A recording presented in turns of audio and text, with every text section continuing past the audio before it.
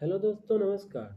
दोस्तों, इस वीडियो में भगवान श्री राम, भगवान श्री कृष्ण, महर्षि परशुराम और हनुमान जी के बारे में जानेंगे।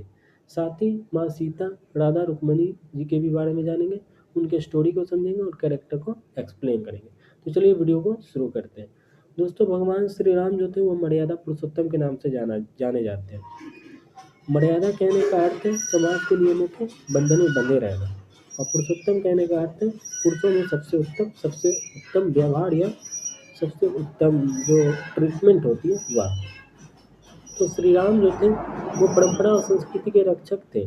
साथ ही वो मर्यादा के बंधन में भी बंधे रहते थे, और मर्यादा के बंधन में बंधे रहते हुए वह परंपरा और संस्कृति की रक्षा करते थे। जबकि जो महर्षि परशुराम थे वह एक सन्यासी थे, लेकिन संन्यास तब टूट गया जब उन्होंने पूरी पृथ्वी का पीड़ा देखा।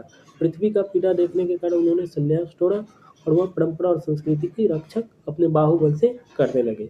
वह कभी कभी अमर्यादित भी हो जाते थे, क्योंकि परंपरा और संस्कृति की रक्षा ही उनका प्रथम और अंतिम उद्देश्य था।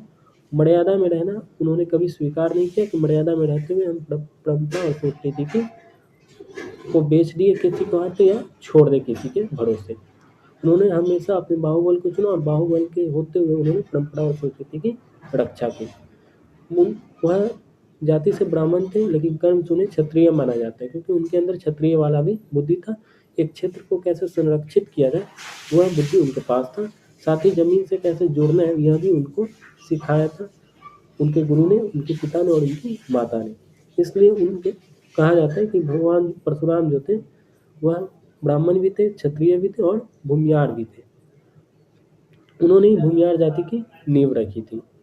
दोस्तों, वह भगवान विष्णु के अंशावतार माने जाते हैं और शिव के अनन्य भक्त माने जाते हैं। भगवान श्री राम को भी शिव का भक्त माना जाता है, लेकिन भगवान परशुराम शिव के अनन्य भक्त माने जाते हैं, जिसके कारण उन्होंने शिव से कई सारी शक्तियाँ भी प्राप्त की थी। उन्हें एक धनुष भी मिला था, शिव का जो पिनाक धनुष था वह उन्हें मिला था, जो उन्होंने जनक के दरबार में रखा था।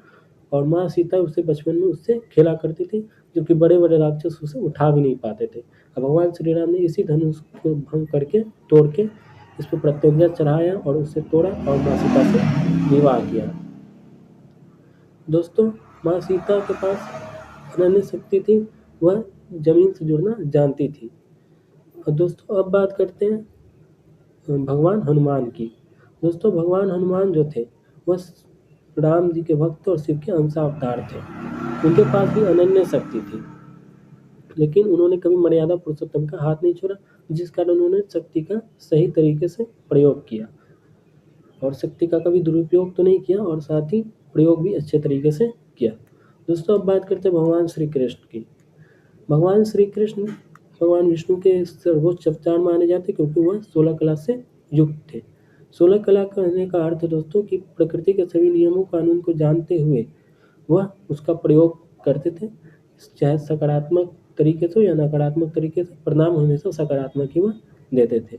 एक होता है दोस्तों सकारात्मक तरीके से सकारात्मक परिणाम देना, और एक होता है नकारात्मक तरीके से सकारात्मक परिणाम देना। कृष्ण यह दोनों जानते थे, क्योंकि वह छल और बल दोनों की शक्ति जानते थे। उनके पास ये दोनों अपार शक्तियाँ प्रदान थी। वह छल भी करना जानते थे और बल का प्रयोग करना भी जानते थे, लेकिन उन्होंने इन शक्तियों का कभी दुरुपयोग नहीं किया। उन्होंने हमेशा ही इन शक्तियों का सदुपयोग किया और समाज के हित के बारे में सोचा। दोस्तों, अब बात करते हैं राधा जी और रुक्मणी जी की कहानी। दोस्तों, राधा जी जो थी वह कृष्ण की शक्ति मानी जाती है।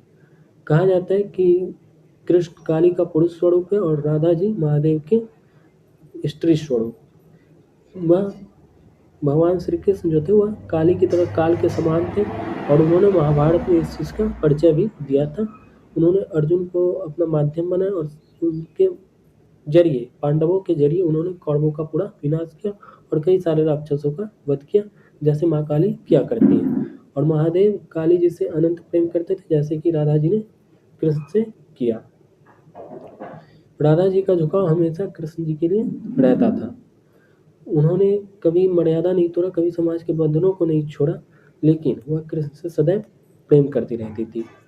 दोस्तों, अब बात करते हैं रुक्मणी जी की। दोस्तों, रुक्मणी जी ने उन कृष्ण जी की हमेशा सहायता की, कृष्ण जी को आगे बढ़ने के लिए प्रेरणा दी, और साथ ही उनका क्या कदम होना चाहिए इसके बारे में उन्होंने रास्ता सुझाया, और उन्हें निर्णय लेने में जो दिक्कतें आती थी रुक्मिणी जी उसे हैंडल करती थी और साथ ही एक सकारात्मक सुझाव भी देती थी। और साथ ही जितने भी कृष्ण जी की धर्मपत्नियाँ थीं वह कृष्ण जी को सकारात्मक सुझाव देने में माहिर थी, या फिर कह सकते हैं कि वह सकारात्मक परिणाम हमेशा सकारात्मक सुझाव हमेशा देती थी। तो दोस्तों ये थी कृष्ण जी, राधा जी, रुक्मिणी जी और कृष्ण जी की जितनी पत्नियाँ थी, सत्यभामा हो या फिर जो जामवंती हो, जितनी भी जो पत्नियाँ थी उनके बारे में, साथ ही भगवान श्री राम, हनुमान जी, सीता जी और परशुराम के बारे में, और इन सब का महादेव और काली जी से क्या संबंध था इसके बारे में, और भगवान विष्णु से क्या संबंध था। दोस्तों यदि ये वीडियो पसंद आई तो वीडियो को लाइक कीजिएगा, शेयर कीजिएगा एक दबा कि ये लोगों के पास ज़्यादा से ज़्यादा लोगों के पास पहुँच पाए, और सब्सक्राइब कीजिएगा चैनल को।